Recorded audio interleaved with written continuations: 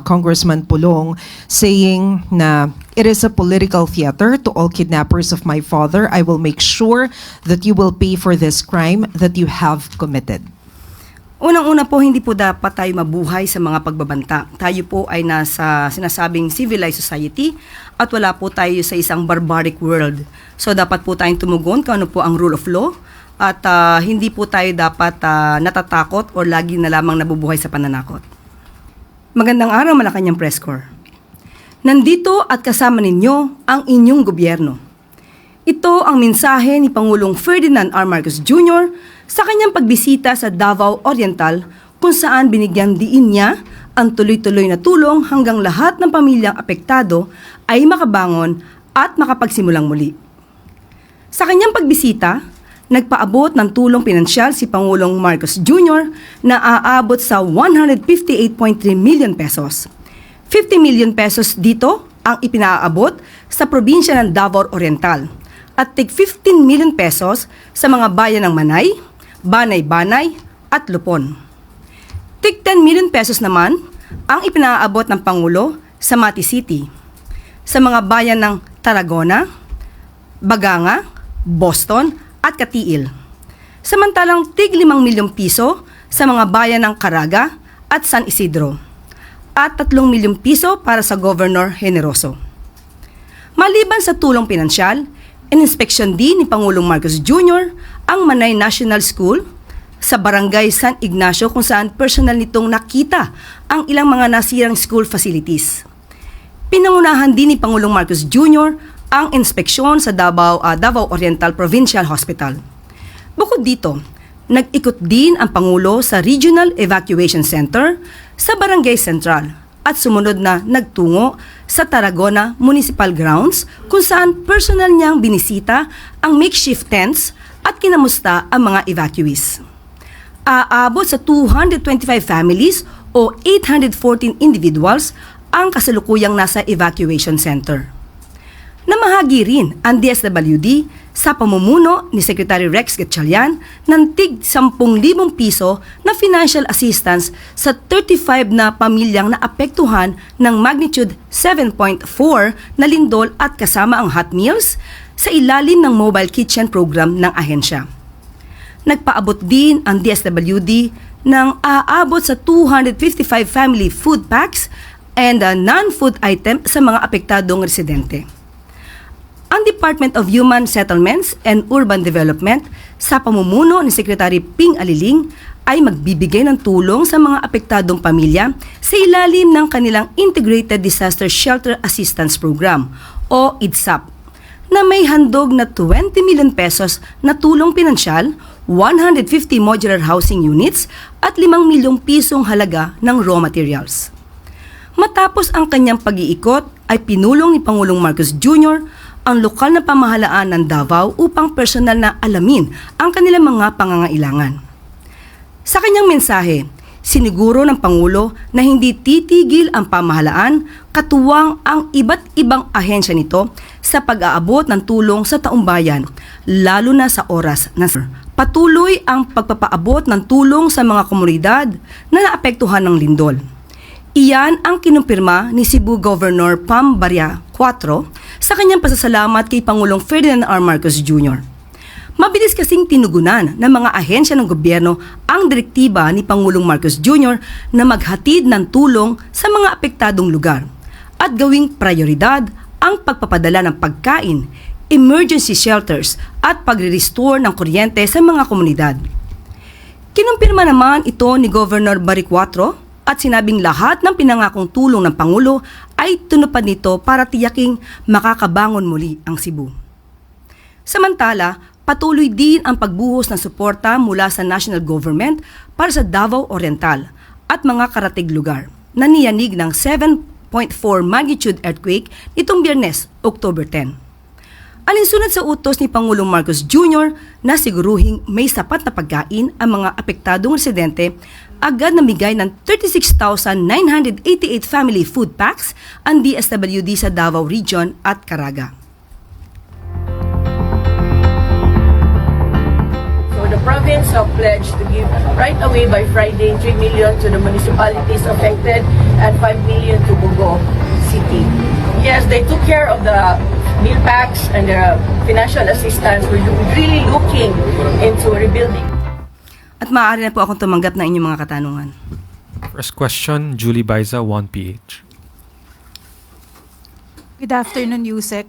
Na-mention po ni Senator Lacson yung retribution plus restitution. Ibig sabihin daw po, ibabalik yung na-kickback ng mga involved sa Ghost Project kapalit ng shorter jail time. Si President daw po can take the lead. Kung bukas po ba ang Pangulo dito and paano po natin make sure yung assurance na hindi maaabuso? Unang-una po ay meron naman po din kapangyarihan ng Pangulo, yung tinatawag nating executive clemency through a commutation of sentence. At meron din po tayong tinatawag na conditional pardon na dapat ay yung mga requirements ay natupad. Pero sa ngayon po, lahat po ng mga magagandang suwestyon para po ma-recover natin ang mga nasasabing nanakaw na pondo ng bayan at para mapanagot, ang dapat mapanagot ay bukas po ang Pangulo ang administrasyon patungkol po dyan. Next question, Maricel Halili, TV5. Magandang hapon po, Yusek. Yusek, may we have Malacanang statement about the decision of the International Criminal Court to reject the appeal of former President Rodrigo Duterte for an interim release. ICC has cited the statement of Vice President Sara Duterte. I think it was about the plan to break FPRRD from the detention cell. Your thoughts on that, ma'am? Unang-una po, uulitin po natin na ang pamahalaang Marcos Jr. ay hindi po kasama sa kasong kinakaharap po ngayon ni dating Pangulong Duterte. So kung ano po ang naging desisyon ng ICC, hayaan na lang po natin ang mga abogado nila at ang mga parties dyan na sila pong gumawa ng aksyon. Pero despite po the considerations cited by the ICC, may mga inilabas pa rin po na statement, for example, si Congressman Pulong saying na it is a political theater to all kidnappers of my father. I will make sure that you will pay for this crime that you have committed. Unang-una po, hindi po dapat tayo mabuhay sa mga pagbabanta. Tayo po ay nasa sinasabing civilized society at wala po tayo sa isang barbaric world. So dapat po tayong tumugon kung ano po ang rule of law at hindi po tayo dapat natatakot o lagi na lamang nabubuhay sa pananakot. Ma'am, sorry, pahabol na lang po. Do you see this na parang nag-backfire yung mga statement?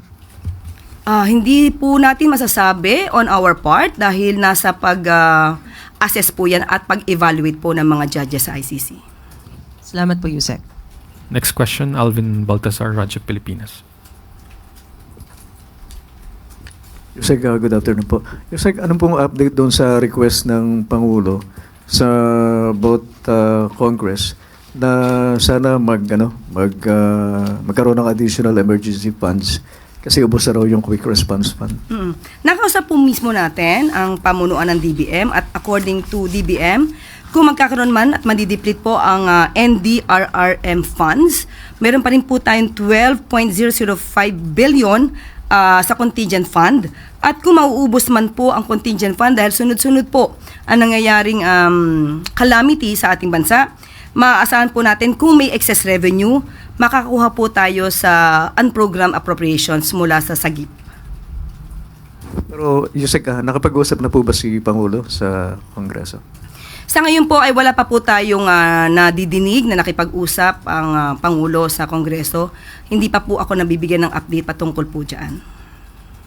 Salamat po, Yusek. Next question, Ana Bajo, GMA News Online. Good afternoon, ma'am. Ma'am, may we get an update? Baka lang po meron na po tayong bagong DOJ secretary. Wala pa po sa akin ibinibigay na anumang impormasyon. At kapag meron naman, katulad po nung nangyari nung nakaraan, na ibibigay naman po agad. At kahit wala po tayo dito, ay nagbibigay din po ng update si Secretary Dave Gomez. But ma'am, ano po ba yung mga considerations ni Presidente sa pagpili ng panibagong DOJ secretary since nakapag-oath na po kasi si Ombudsman Remulla, wala pa pong kapalit? Katulad pa rin ng paghanap niya ng magagaling na leader at maaasahan na tagapamuno ng Department of Justice. Isang tao may integridad, maaasahan, walang kinakampihan, at fair. Thank you, ma'am. Next question, Clay Pardilia, PTB4. Good morning po, Yusek. The DOH has ordered a 2-day suspension of face-to-face classes in Metro Manila. What is the current situation, health situation po in the country? At ano po ang directives ni Pangulo para hindi na po mag-spread sa iba pang region? Thank you. Opo, nakausap mismo natin ang pamunuan ng DOH at ang sabi po nila, ang ganitong panahon talaga ay nandito po talaga lumalabas ang influenza like illnesses.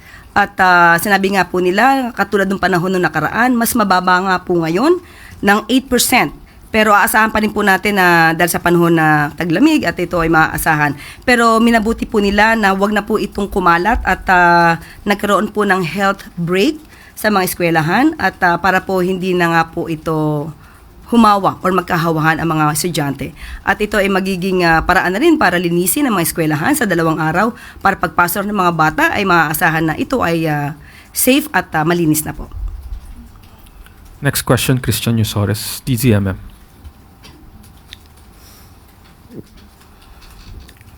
Magandang hapon po, Yusek. How does the Palace view doon po sa plano ni Ombudsman Remulla na maglabas na ng memorandum this week para tanggalin yung restriction sa access ng publiko sa SALN? Kung ano po ang nararapat at kung ano ang sinasabi ng batas at kung ano ang makakabuti para malabanan ang korupsyon, tatalima naman po ang lahat na nasa Executive Department. But is the President ready po to release his SALN kung may magre-request? Lahat po na nasa Executive Department, handa po. Next question, Ivy Reyes, Billionario. Hi, Yusek. Good afternoon. Vice President Sara Duterte said that if she were president, she wouldn't have the former SOJ as the ombudsman. What's the palace's take on this? Nagkataon po, hindi siya po ang presidente. So, mahirap pong sagutin ang isang pangarap na hindi mangyayari sa ngayon. Pero, ang alam po natin, the president thinks well, knows better. At alam po din natin na ang Pangulo ang nagpaumpisa para po labanan ang korupsyon. At hindi po niya hahayaan na matolerate o kampihan o depensahan yung gumagawa ng pagnanakaw ng pondo ng bayan. Next question, Ana Bajo, GMA News Online. Good afternoon, ma'am. Ma'am, did the President already receive the report on the alleged ghost farm to market roads in Davao Occidental? 7 projects daw po ito na nagkakahalaga ng 105 million pesos. Ang sabi po kasi ng DA, nakapagpasa na po sila kay Presidente. Yes, opo. At nagkausap na rin po ang si Secretary Vince at saka si Secretary Kiko. At pagtutulungan po nila ito para maimbestigahan, lalo na kung ito'y ghost projects, dapat po ma-actionan agad. So, nagkausap na po sila at pagtutulungan po nila ito. Pero ma'am, si Presidente po ba, meron po siyang naging specific instructions, and if yung ICI po ba, iimbestigahan din itong alleged ghost farm to market roads? Noon pa po nagsabi ang Pangulo, managot ang dapat managot. So, umpisa pa lang nang ito ay kanyang sinabi sa SONA. Kaya po, patuloy pa rin po ang direktiba na dapat na imbestigahan mabuti. Marami dapat na ebidensya na maipakita para po hindi na mamasayang kung magsasampa ng kaso. Thank you, ma'am. Next question, Ann Soberano, Bombo Radyo.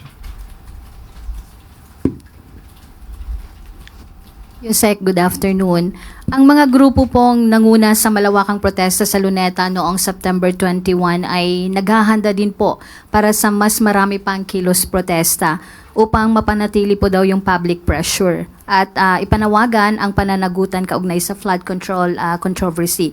Sa October 17, magrarally po ang grupong kabataan patungong Mendiola. Sa October 21 naman, mga magsasaka po magrarally sa Liwasang Bonifacio sa Maynila. Papayagan po ba ito ng gobyerno, Yusek, lalo at may naitalang kaguluhan noong September 21? Also, reaction lang din po ng palasyo kay Representative Kiko Barzaga sa mga pahayag niya na tila nananawagan ng pag-aaklas. Unang-una po sa dalawang katanungan, masasabi lang po natin, ang Pangulo po ay abala. Nakita niyo po kung paano niyo po tinugunan ang mga pangangailangan ng mga taong nasalanta. At ngayon ay apektado ng lindol at mga baha. At kung ito po ay naaayon naman ang kanilang pagpoprotesta ay naaayon sa batas, hindi naman po yan pipigilan ng Pangulo. Pero sana mas maging abala rin po ang mga kababayan natin, natugunan din po ang mga pangangailangan na iba natin mga kababayan na nasalanta. At mas mabuti po na magkaisa tayo sa pakikipagtulungan upang umangat ang ating bansa. Yun po kay Kiko Barsaga, ma'am. May mensahe po ba? May nakikita po bang ang Malacanang na pananagutan sa mambabatas? Lalo po at ang mga pahayag niya ay parang naghihikayat ng pag-aaklas.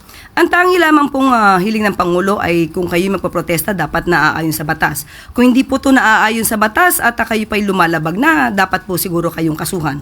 Pero ngayon, muli sasabihin natin, ang Pangulo ay abala sa pagtatrabaho. At kung ano man po ang pamumulitikang ginagawa ng iba, hindi po yan pinapansin sa ngayon ng Pangulo. Isa na lang. Mariing kinunde na po ng Amerika ang panibagong agresibong aksyon ng China laban sa mga barko ng Pilipinas sa bahagi ng West Philippine Sea. May pahayag no po ba dito si Pangulong Marcos, ma'am? Okay, nakausap po natin kanina at ayon na rin sa tagubilin ng Pangulo ay nagpahayag na rin po ang Philippine Coast Guard ng mensahe. The Philippine Coast Guard is calling on its Chinese counterpart to observe the rule of law to ensure the safety of all vessels in the West Philippine Sea. This is our common obligation to the international community of civilized maritime nations. At ang pinaka-official or official message or statement na ni Admiral Gavan, and I quote, "We, Coast Guards, are protectors of laws and rules to keep all users of the seas safe and well, among others. It is the universal reason for our existence. International ramming by a Coast Guard ship of another vessel while on a lawful act of navigation is not only a violation of the 1972 Convention on International Regulations for Preventing Collisions, to which our countries are both signatories, but an epic act of disregard of its supposed reason for existence. It is very concerning because if we, Coast Guards, become violators of the law and pose threats to the safety of life and property at sea, a contradiction of our fundamental duty, then who else will safeguard and protect those who travel at sea? I therefore wish to enjoin my counterpart to seriously look into the said action of his sailors. We have inherent universal commitment to the international community of civilized maritime nations to keep, lest we forget we are Coast Guards." End of quote. Pero si Presidente po ba, ma'am, may mensahe po ba? Yun na rin po, dahil nga po ay binigyan niya ng direktiba ang Pangulo, binigyan ng direktiba ng Pangulo ang Coast Guard, Philippine Coast Guard. Okay, thank you, ma'am. Next question from Christian Bascones, PRTP. Yusek, may ilang mga netizens at social media personalities na kumikwestiyon, no? Dito sa Benteng Bigas, meron na program in Davao Region, yung pagbebenta ng 20 pesos per kilo na bigas galing sa Agriculture Department to those affected by the earthquake, including in Cebu. They're asking why government rice is being sold instead of distributing it for free to those in urgent need. For instance, social media influencer Regal Oliva quoted, "At first it sounded noble, a dream realized, a gesture of compassion, but I couldn't help but ask, is this mercy or marketing? How does the palace respond to this criticism? And what is the rationale between selling rather than giving the rice to disaster-affected families?" Yan po kasi ang problema kapag hindi po inaalam kung ano mga mandato ng bawat ahensya. Unang-una po, alam po natin na mayroon po mga ahensya nagbibigay po talaga ng ayuda. Napakita po natin at naibalita natin kung ano-anong ginagawa ng ibang ahensya tulad ng DPWH, DSWD, pati na po ang DSUD para sa pagtulong sa ating mga kababayan. Ang mandato po ng NFA ay magbenta. Hindi po sila pwedeng mamigay. Bawal po yan sa batas. So, ngayon po, pinalawig po ng NFA at ng DA ang mga mabibiyayaan ng 20 pesos na bigas kada kilo for all po ito sa lahat na naapektuhan po ng kalamidad.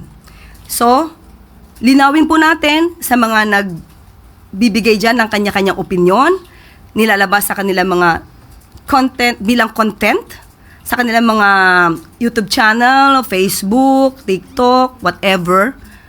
Ang NFA ay hindi po ito pwedeng magbigay ng bigas. Ang mandato po nila ay magbenta ng murang bigas. Ulitin natin, NFA, hindi po sila allowed magpamigay ng bigas, kundi magbenta ng murang bigas. In connection to that, Yusek, we all know that this is not the right time po para mamulitika, no? Pero sa kasagsagan ng pinagdadaanan ng mga biktima ng lindol.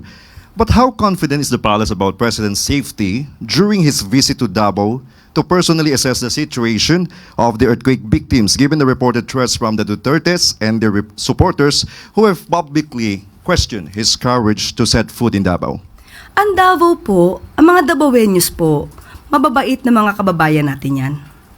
Alam po natin na sila ay may puso at alam po nila ang mga taong tunay na tumutulong sa kanila.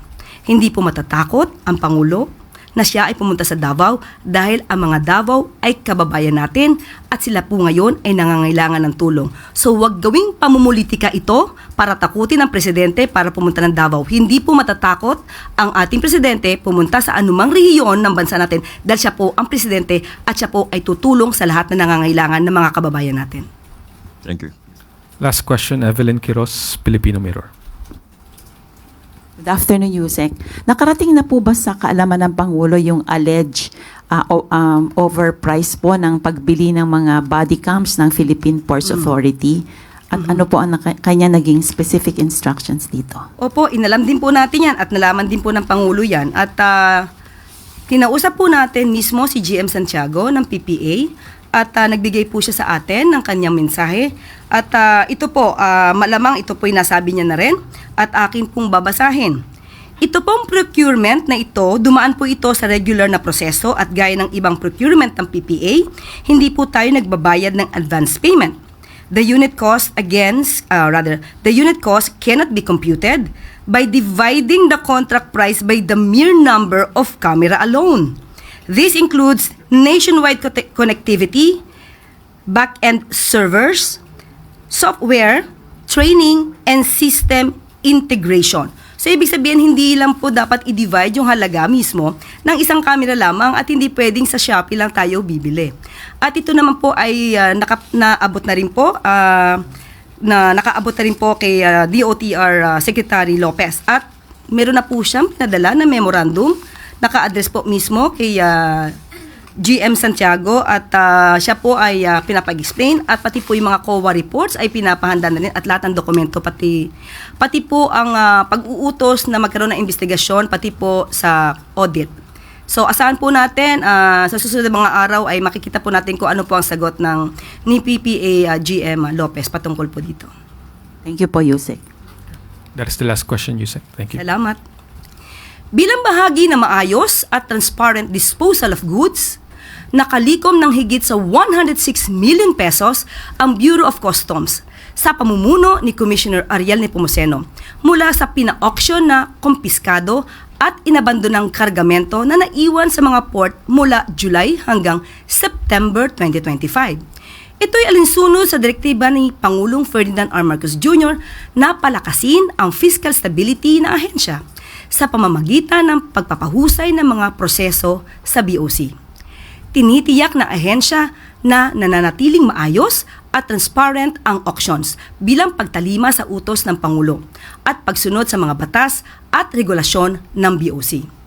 Aabot sa halos 106,930,000 pesos ang kabuuang halaga ng mga inauction na consumer goods, fuel products, vehicles, industrial materials at furniture mula sa mga forfeited shipments.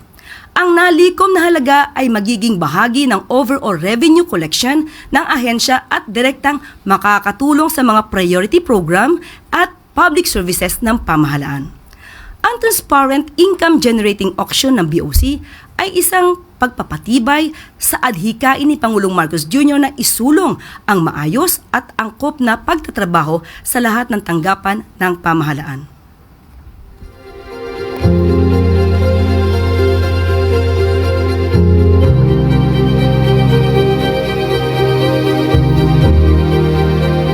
Dito na po nitatapos ang ating press briefing. Magandang araw para sa bagong Pilipinas.